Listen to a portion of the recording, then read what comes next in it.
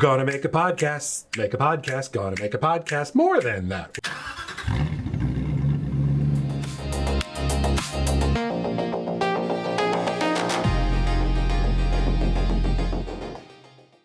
Folks, thanks so much for tuning in for this. This is an episode that I've been really looking forward to taping. You'll notice that I'm in a slightly different setup. If you've seen me in the classroom before, any kind of speaking, this looks a little different, a little interesting, a little upgraded. And that was the point. So I started thinking about where would I want to spend my time, what gets me excited. And with that came this new organization called 1015 Consulting. And just even saying it out loud gets me kind of excited because that's what I'd like to do in this episode, to tell you a little bit about where it's coming from and why it's so personal to me. I'm treating this as a whole new organization. And the reason why is that this is a spinoff from my previous company called Sparkplug Agility. And we just had like our 10-year anniversary. That was a big deal. And it's quite a ride because not many organizations actually make it to their first year, their fifth year, let alone 10. And across that time, we focused on, I like to talk about it, 6 different kind of areas. I used to talk about it's like sliders. And depending on where the market went, but also what I was excited about, that's where we would spend our time. There's a lot of training activity, certified training, non-certified training. And that's what really put us on the map. And I used to get, and still do, get really excited about working in the classroom and being in the room with people.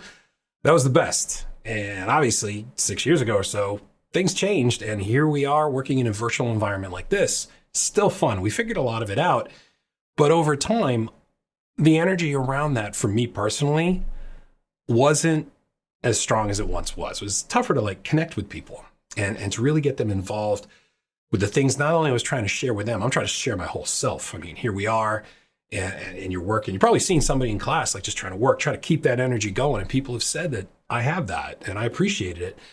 But I could tell that I wasn't as excited about these virtual events as I maybe once was. You might be wondering, what exactly is this? Like a Sparkplug going away? First thing I got to tell you is no. Sparkplug Agility will still exist. And me and the team, we still identify as Agilists. That's very important. Being able to connect with the communities that we've become a part of and all the friendships we've made, our existing clients, no, all that's still going to be there. And our training activities they're going to stay there as well. Even the custom stuff, all that is still there and available, as well as all the on-demand work we did. You're not going to lose any access to any of that. That education background, it's always going to be there for me. It's always going to be important. My work on objectives, I mean, that was even just a passion project. So I still believe in agility. The team does as well, but it's not going to be my primary focus moving forward. And when I say moving forward, just even saying 1015 Consulting out loud, it's kind of new and it's fun. And it's something that we're moving towards. And there's a thing that me and the team have been talking about running towards versus running from. And I'm probably going to do a whole episode on this later on, but have you ever been in a job where it's like, I just got to get out of here? Or maybe you're in a relationship. I got to get out of this, or I got to sell this car. Getting away from something. And, they say the grass is always greener on the other side. Well, not always. And I think that it's one thing to want to leave something. And there's a certain energy with that. Like I've had enough versus there's something over there, not over here. There's something that I'm really looking forward to. I want to run towards that. Running to. That's more what this is. And I like to follow where my energy feels good, where my heart is, kind of what the universe is telling me. And so that's what this is really for me. This is a step forward. It's running to something. And 1015, that's just what I normally say, just like I used to say Sparkplug. So why name it 1015? This is a question that you might be wondering. But I was sitting there thinking about 10:15 in the morning. I know some people start really, really early. Some people start a little bit later. But I think about how I always was like, I could use like a cup of coffee and just kind of sit. I've got the day's already off and running. Maybe you finished the commute, you got a couple things done, a couple things accomplished. Maybe you got some of the morning meetings out of the way. And just to pause for a moment, be like, yeah, when's good to catch up, man? You got a minute? And be like, yeah, about 10:15. And I found myself saying that a lot. Yeah, 10:15, let's get together. Sitting outside, getting a cup of coffee, taking a call, jumping on a Zoom meeting, 10:15. It's like, yeah, that feels like a good time. And maybe some of you are watching this around that time, that kind of mid-morning break.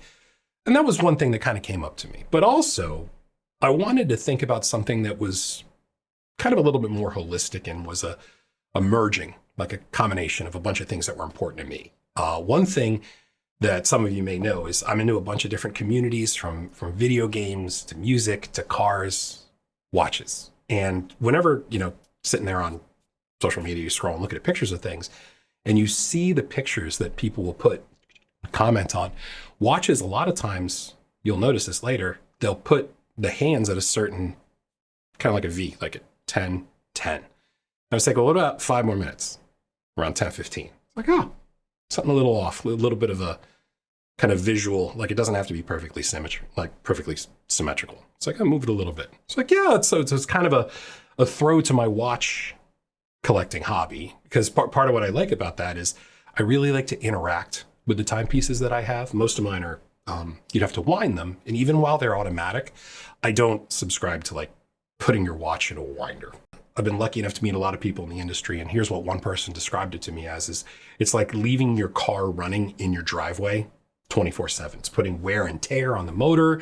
The air's not getting through it, the lubricants and all the, it's going to shorten up your maintenance cycle. So for me, I actually let my watches wind down.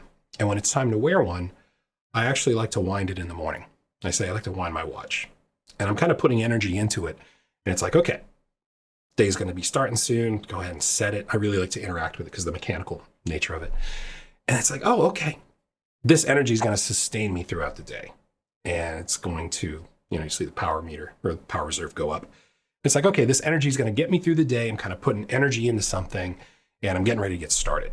So that idea of winding the watch, what do you do to wind your watch? That's just something I think about from like a reflective practice. So the idea of 10:15 in the morning, that was there. But also, that number is very special to me from a racing car standpoint as well. You may have seen, there's a lot of like car movies out there, and some of them are based loosely on historical events. And there's one that was really, really popular, some of you maybe have seen, called Ford versus Ferrari. Overseas, it had a different name. And this was about a really special race car to me, and the kind of the journey of where it came from and the people around it. So it's a real special story. It's actually one that I knew when I was very, very young. The story I've told people is that my father, he's got an engineering background, and he would build plastic models, like car models. Imagine that. Car models. Kind of makes sense. The reason I was so drawn to like my automotive background and engineering and all with that was my relationship with this particular race car. My father had built this car, and like the clamshells came off, and underneath it just looked like this really cool piece of engineering. And I was like, wow, this is like the most beautiful thing I've ever seen. And I would be playing with these cars, and I just remembered them throughout my childhood, and it influenced me as I was growing up when I wanted to become a mechanical engineer. Obviously, I took a right turn, later on, but I'm still involved in like automotive things. But that one car that you'll see in the movie, you'll see it on the poster. It's a red, white, and blue car, mostly blue. That car, that GT40, the chassis number for that very special car is actually P1015 1015. There's that number again. I grew up with a poster of this car on my wall, and it's like, wow, there it is again, 1015. How cool is this? This number just keeps showing up. And I was sharing some thoughts with a close friend of mine that I knew wasn't going to say anything about what I've been thinking about. And they said, well, in astrology, and if you're into that, that's okay. But they were talking to me about what's called an angel number. I was like, oh, what's that? I'd never heard of this. And they were showing some pretty interesting passages. And one of them really spoke to me because it talked about the combination of these 3 numbers in a certain sequence being all about growth, transformation, and change. I was like, that is so much about why I'm doing this, like why I'm excited about this. This is about growth, transformation, and change. Taking the next step, running to something. And I didn't think of that when I was naming it, but I was like, wow, it all really kind of comes together. So I wanted to think about this new organization as something that reflected kind of a wider view and like a whole self angle to me. So that's where the name came from. And I wanted to talk a little bit about that, just to give you some background on why it's so personal, or rather personal to me. Now, as far as what does this new organization do? I like to think of it like a spin-off, where we're taking the energy around a couple different disciplines and spinning it off into this new endeavor. And it focuses on what I'm passionate about right now. Where's my energy going? Do I want a lot of this or do I want less of this? The training, the education, some of the facilitation work, I still absolutely adore that. I love it.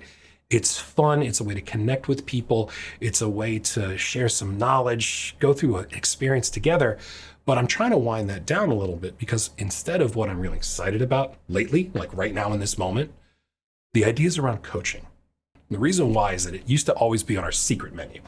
People would finish up after either a speech, a keynote, a workshop, maybe a class, be like, hey, do you do coaching? And I was like, well, yeah. Well, let's talk about that. What do you think coaching is? So I was always in that area, doing some of that work. And this is over the last 10 years plus, actually, more like 15 or more, just in the growth and development of folks around me. And so taking a more deliberate approach to that over the last 10 years, it's been fun. I'll tell you a little bit more about that in a bit, but that's something that I'm really excited about, really leaning into. But another thing I'm really excited about is to kind of go back to our roots. Our roots are actually in consulting.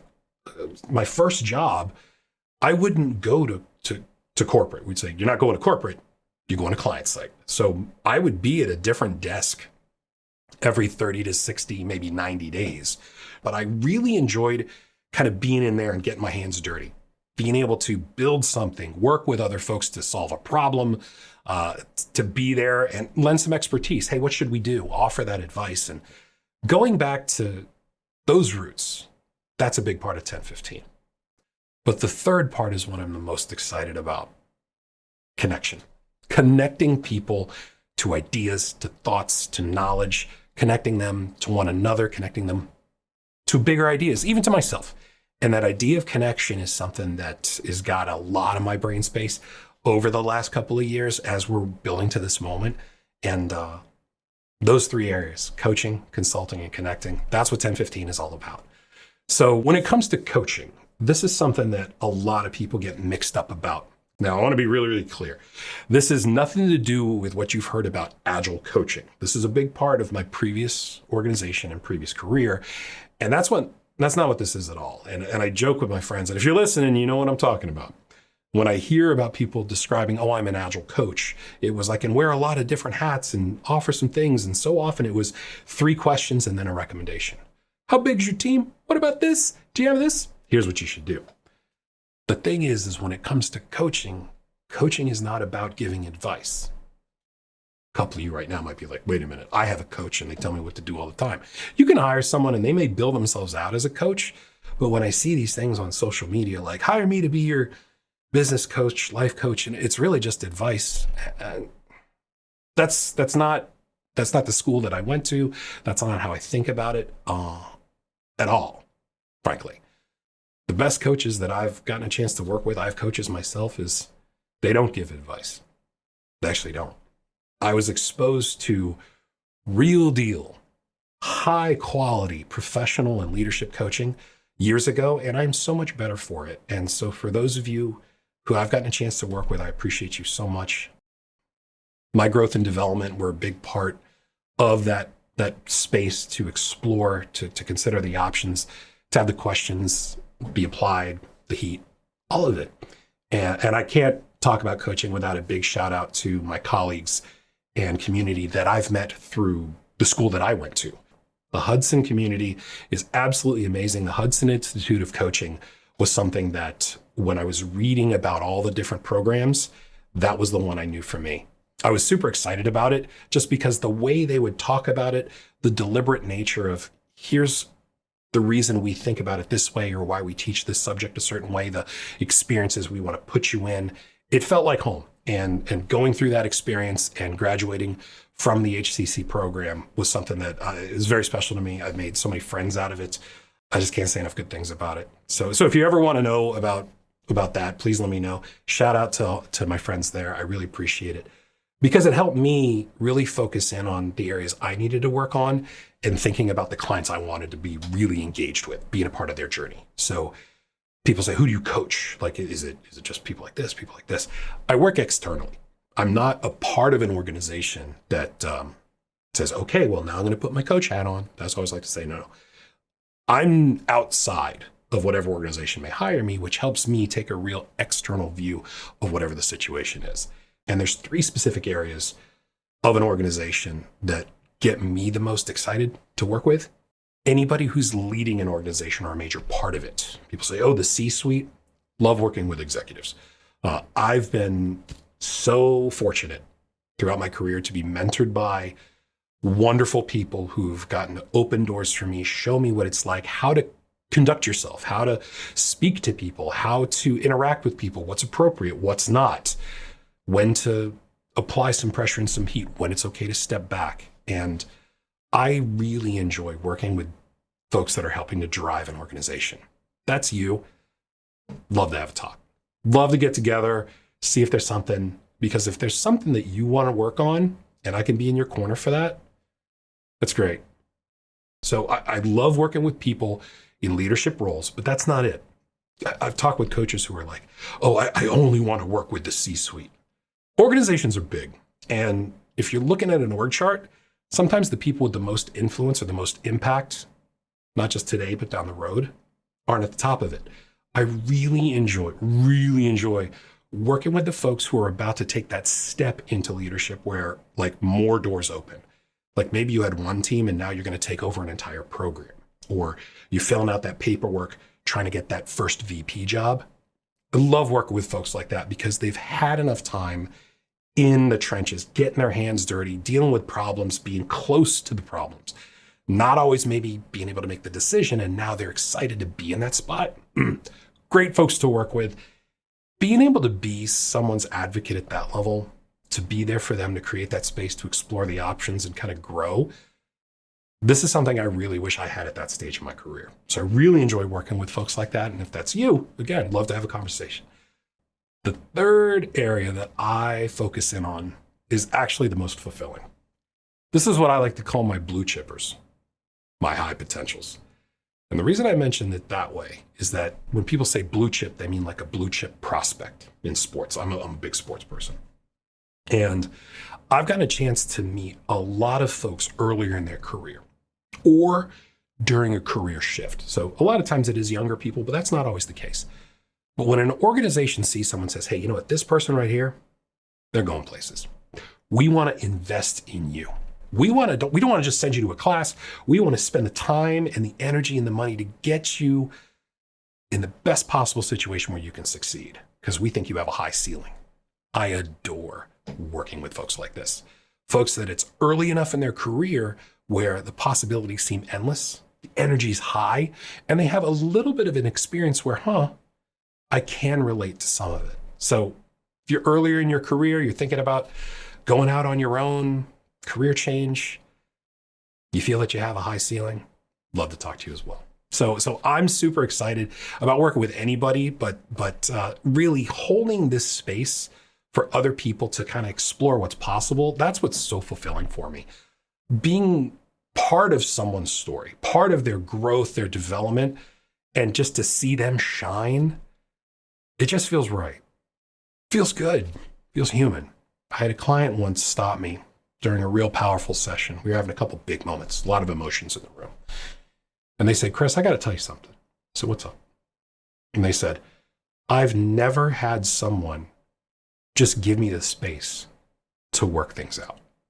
I've never had just an hour on the calendar with someone who's here, keeping all the noise at bay, where I can just work through this and talk through it. Because I've never had that. And they were in a position where they were trying to help grow and develop others. And it was like, who's doing that for you? And they're like, you are. It's like, yeah, that's what it's all about. To hear that no one's ever done this for me.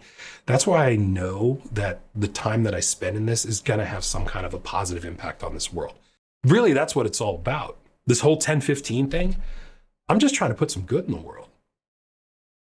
There's enough noise out there from social media, from television, from paper, from friends. Everyone seems to be really, really jazzed up about things. A lot of energy, not always in the most positive way.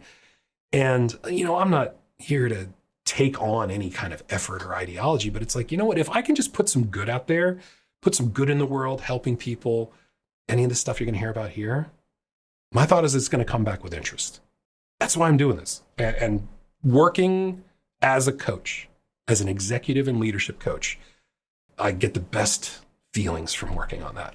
So that's one big part of what 1015 is all about for me.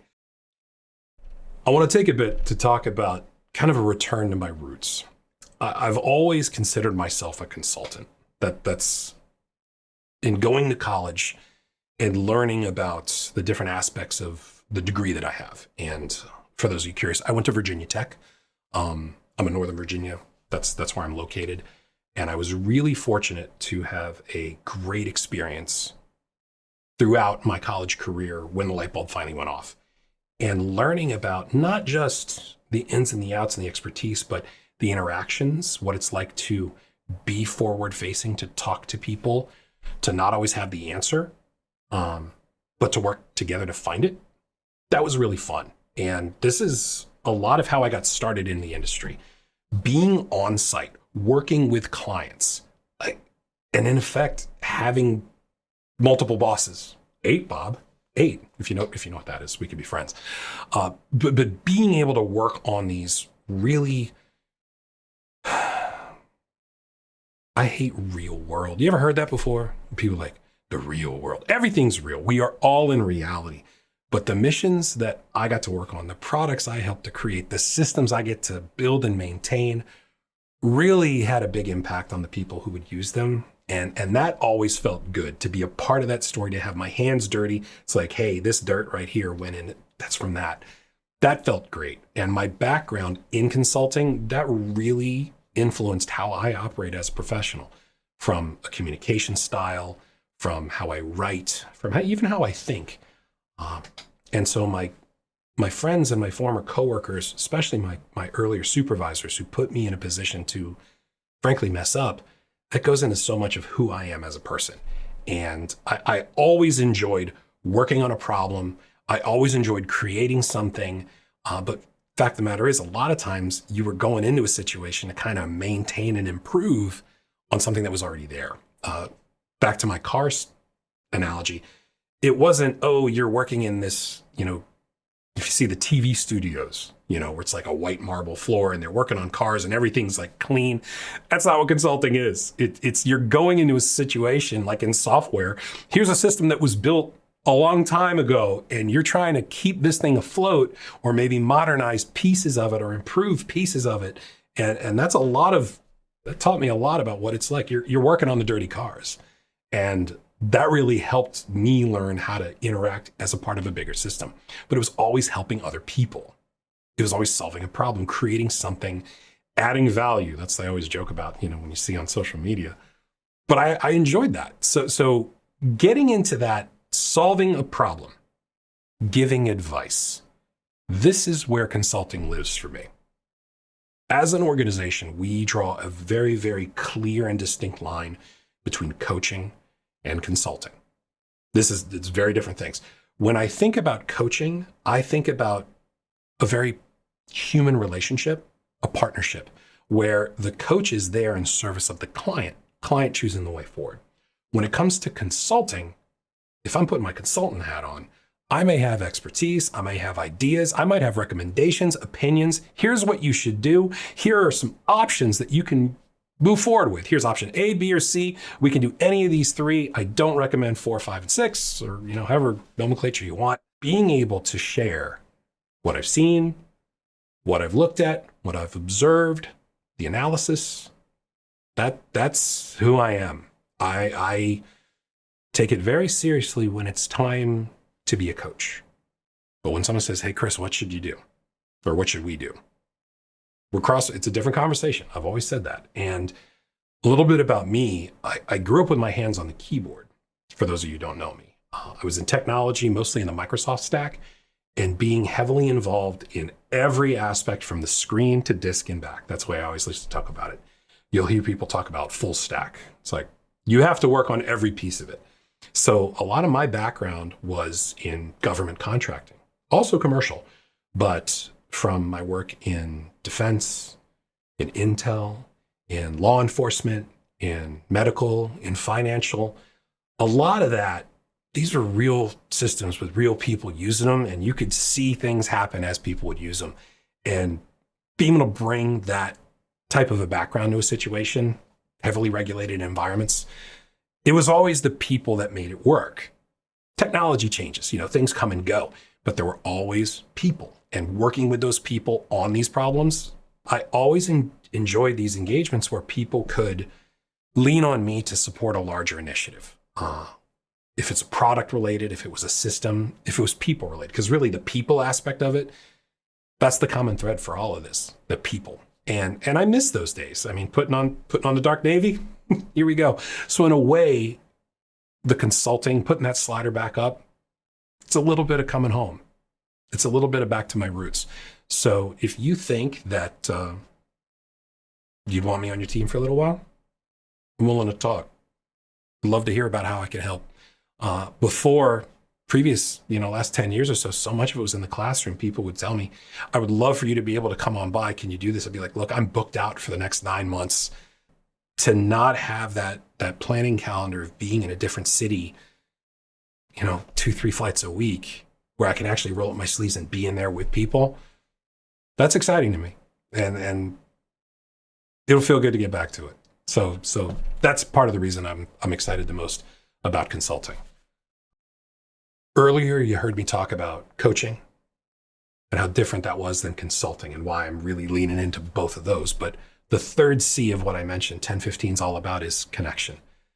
And when I say connection, it's kind of a big umbrella for it, because I really like connecting people to things, either each other, ideas, concepts, tools, techniques, things that'll help make their lives better. I'm a little bit of an extrovert, for those of you who don't know me. I love being with people, but I do enjoy my quiet time. But connecting with people before, for me, would be at large conferences. I would be in a different classroom every couple of days. I miss that. There's an energy to being in the room and seeing another human being just right there. I really thrived on that.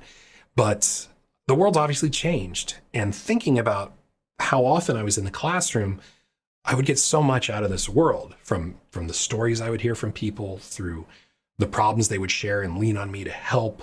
Like I said, classroom activities where I could share something with somebody that maybe would help them literally the next day.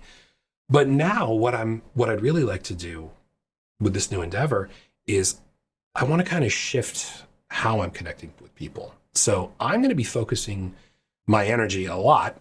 Here I am in these new digs. I talked to some friends about trying to get this infrastructure set up, and for all of you that helped us get here, pointing in the right direction, the production team that helped with this, family that helped to make this happen, favors that I called in, the team that helped to put the studio together, all the challenges, my team, thank you. You could spend a lot of time and energy on this and not have a thing to say. And that's what I've encountered. I talked to some people who have a much nicer setup than I do. And it's like, what do you talk about? Like, I don't know, video games. Okay. Okay. Well, but being able to connect with people electronically like this, it's going to really widen the approach. At my most traveling times, like 80-90% on the road, let's say I was meeting 50 to 60 people a week. And, half of those people maybe were voluntold to be in the class. I'd make a couple friends out of it. Think about how many views you could get on a podcast like this, or just a little reel on Instagram. I'm a band you see live. That's what I always like to say. I'm somebody, I feel, and I've been told, when you're with me and you can talk, it's a different experience than just, reading something I had written down. And so moving to this more like content-focused approach, it's all about this wider reach. So that can include a number of things: speaking engagements, creating content, and like I said, the investment in the studio and all the infrastructure, that's what it's all about. So I'm obviously really excited about this. And the reason why is that I really feel that I've got a lot to share with this world. And when I think about, some of the movies and the plays that I see people who just want to get their ideas out there, if it's a song or an idea. And this is a way to get my message out there. A friend of mine, very close friend, said, why Why are you writing like you're running out of time? You know, paraphrasing from Hamilton. It's like, I got a lot to say, I got a lot to share, and this is a way I can do that. So connecting folks either to knowledge, to ideas, to one another. This is still me, but I got to break out of the classroom to actually find the folks. And being able to do it this way and just literally go, cameras on, off you go.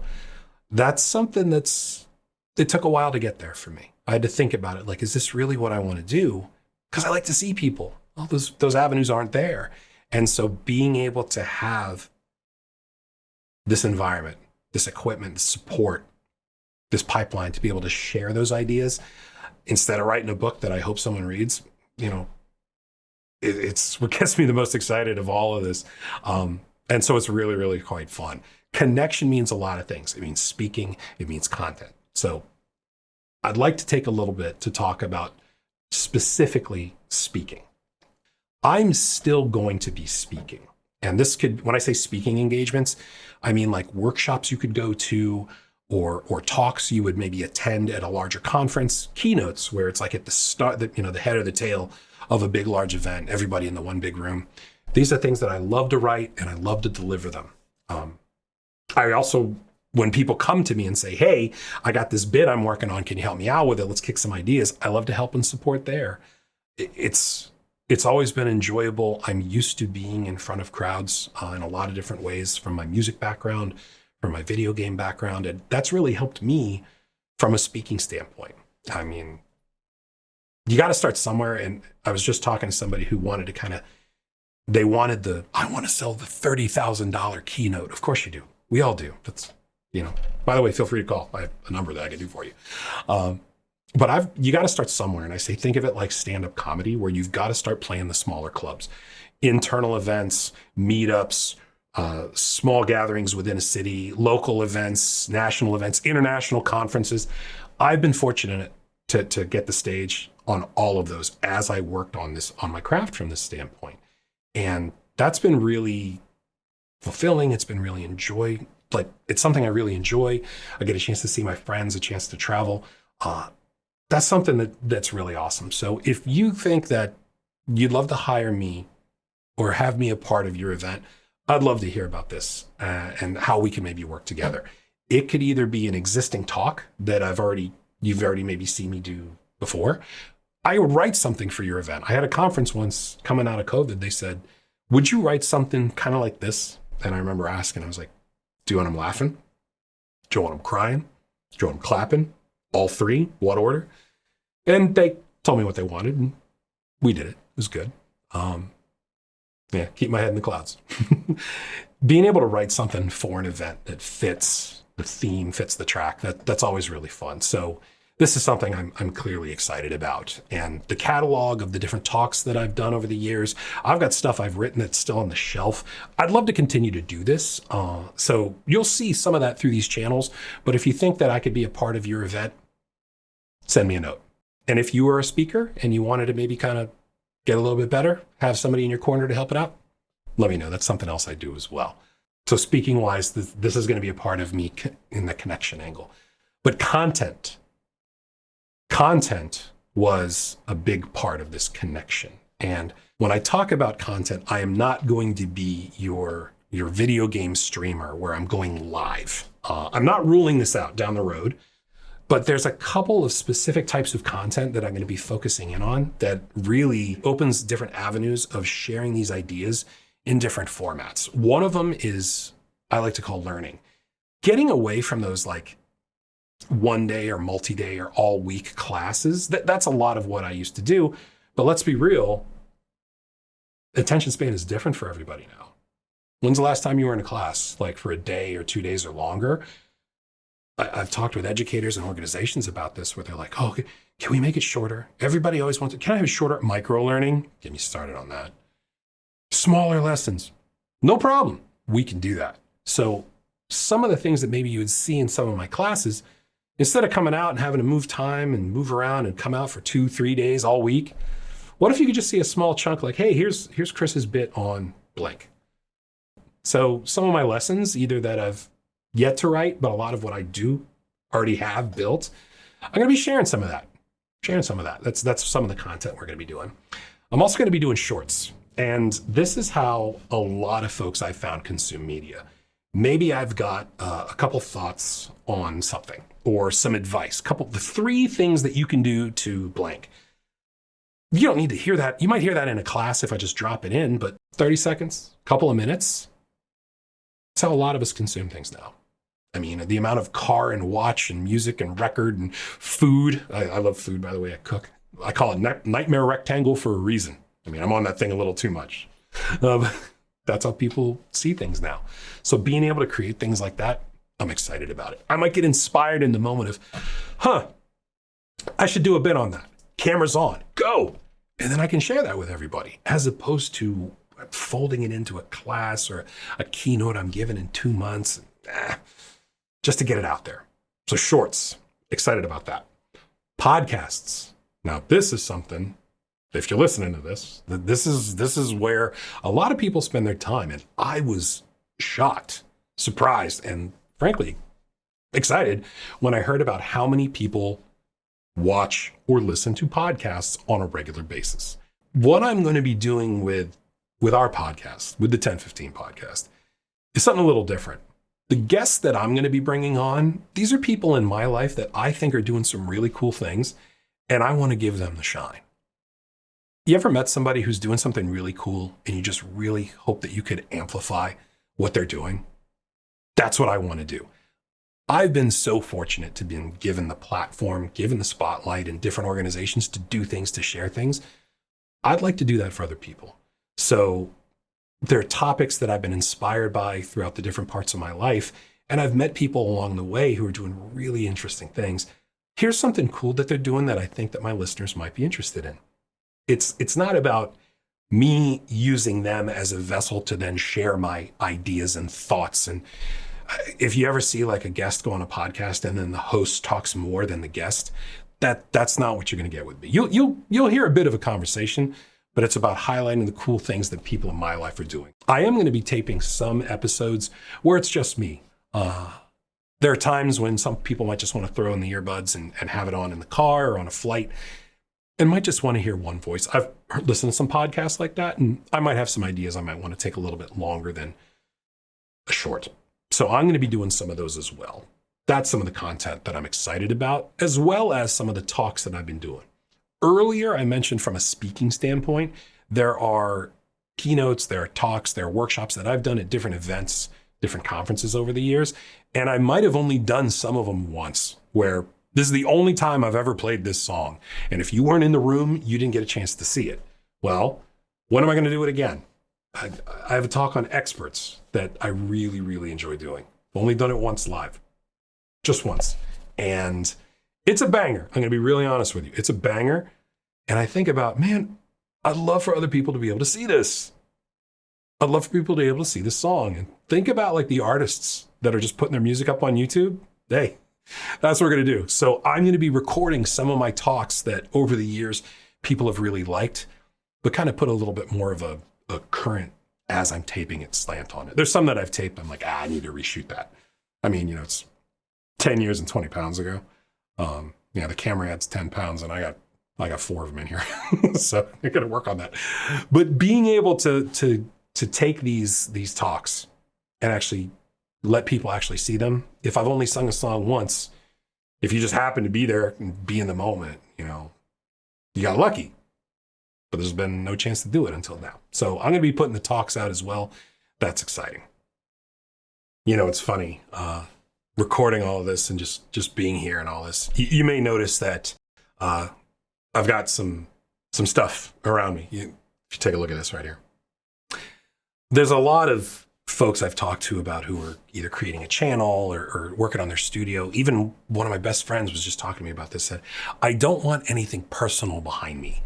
And I think about that and I say, why wouldn't you want to bring your whole self into it? And I get from a privacy standpoint, but the stuff I liked before is the stuff I like now. I love robots. I love cars. I love music. I love grilled cheese sandwiches. I mean, I still like the same stuff I like. And that's me. That's who I am. Why shouldn't you see a bigger picture of me and who I am? I don't mind it.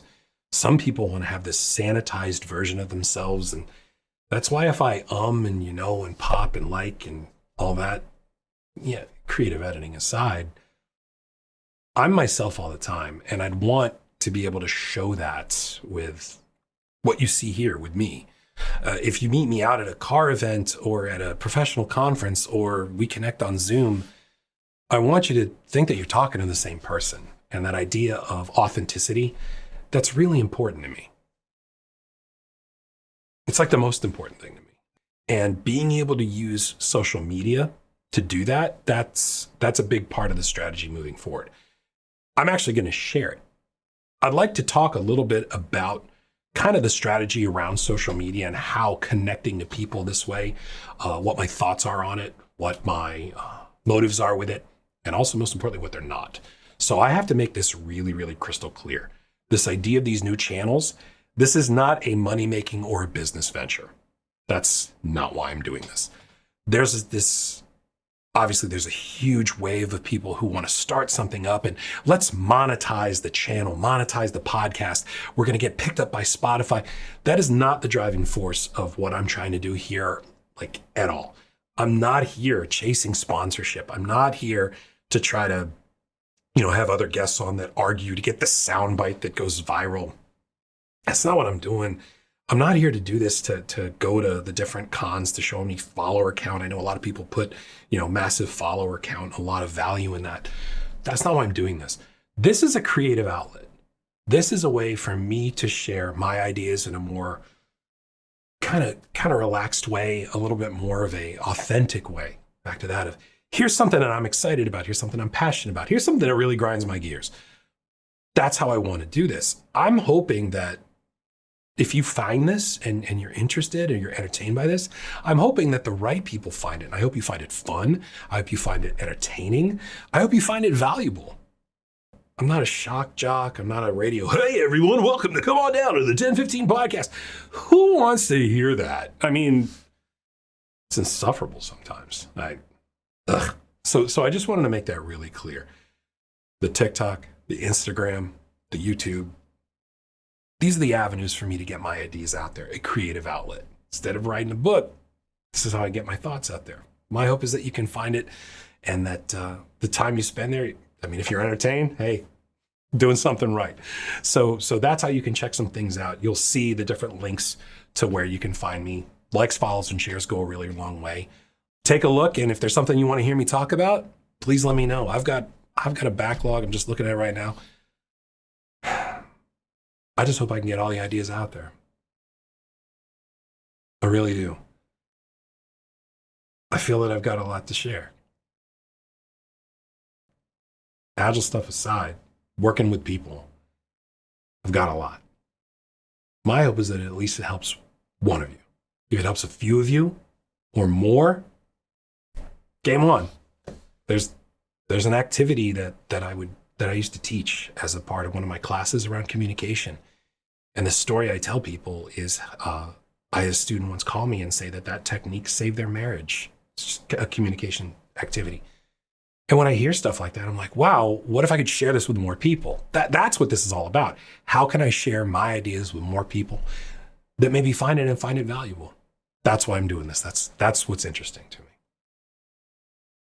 So if you're still listening, I really appreciate you taking the time to kind of hear a little bit about what's going on with me, my team, and what the way forward is. Again, I'm running to this rather than running from something. It felt like the right time. Someone was asking me, it's like, why are you doing this? And why do it now? It felt right that in crossing that 10-year threshold where it's like, okay, what's next? And in a lot of the coaching books I read and in that cohort and talking with people in the world, people think about, oh, what's next? Or, what's the next this? What's the next record, from an acquisition standpoint? But even bigger than that, where do I want to spend my energy for the next 10 years or maybe beyond? And running to something, it's so much different than running from. I've been so fortunate to have been a part of a lot of different organizations, and being able to have a say in what happens next is really important to me. What's the next step? And when you go, I just got to get out of here versus, I'm really excited about the road ahead. That's where I am right now. That's where I am with this project and this new organization. This has been in the works for a little while now. And even just being able to say 10-15 out loud, it's pretty cool. And like you heard me say before, it's very personal. Very personal. It encompasses a lot of aspects of myself as a person, as a professional. And I got a lot to say, a lot to share, a lot to build, a lot to tape, a lot to write, a lot to do. But I've never been one to just sit. I've never been one to just say, I'll just wait. It's not me. I want to move forward. I want to drive. I want to keep going. I want to run to something. And that's important. So with all this, thank you. Thank you for taking the time to hear a little bit about what's new for me. I tell people all the time, I say time is the most valuable thing you could ever share with somebody. It's the most valuable thing you can ever give someone. And if you're asking for someone's time, you better be worth their while. And so this time that you spent with me, I appreciate it. And if there's something that you would like to hear from me on a particular topic, hey, you have any thoughts on this? Just let me know. Just let me know, in the comments, send me a note. Love to hear about it. I'm really excited to get started. So how can you help? Likes, follows, and shares, folks. If you think some of this is interesting, you can interact with it. If you could share it with somebody, someone within the organization, someone you know, a friend, family, anyone, that would help me out the most. And that's why I'm so excited to build this. Thank you so much for taking the time to listen to me. Can't wait to see how things get going down the road. And let's see how the next 10 years go. Time is the most valuable thing, so thank you for sharing some of yours. If you enjoyed this, make sure to like, follow, subscribe, and share. Thanks again.